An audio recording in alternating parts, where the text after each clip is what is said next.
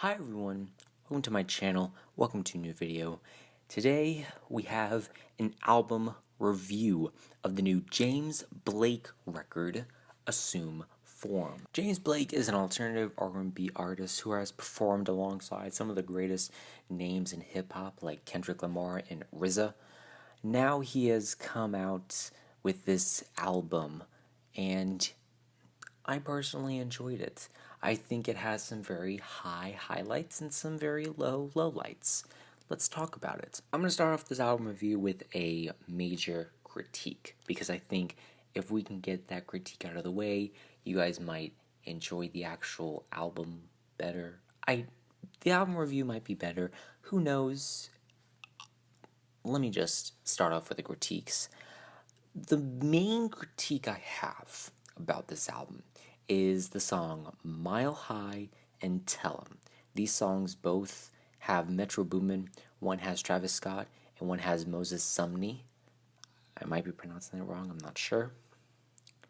And my main problem with these tracks is that they don't sound like they belong on this album. They sound like they're completely disconnected from this album.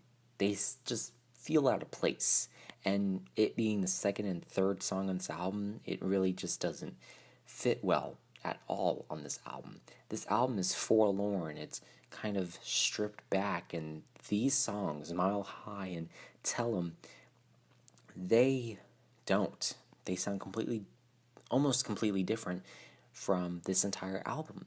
And those aren't the only ones with features. Andre 3000 is a feature in this, Rosalia is a feature in this, and they both contribute so much to the album. These songs sound like they come from a Metro Boomin album or a Travis Scott album. They don't sound like they're coming from a James Blake album.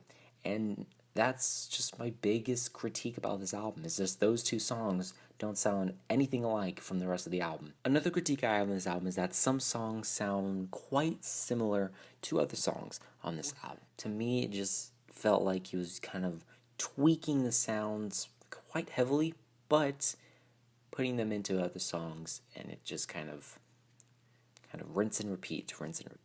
And the song Don't Miss It sounds like it's sped up. His vocals sound pretty weird in that, though it is the longest song on the entire album. What I like about this album is that there are high points, and the high points seem to upstage the low points by a little bit, just very slightly. I love, like I said before, the Rosalia and the Andre 3000 feature. They sound like they are a feature in this album instead of James Blake being a feature on the song. And they do bring more to the table on this album than what James Blake could have done.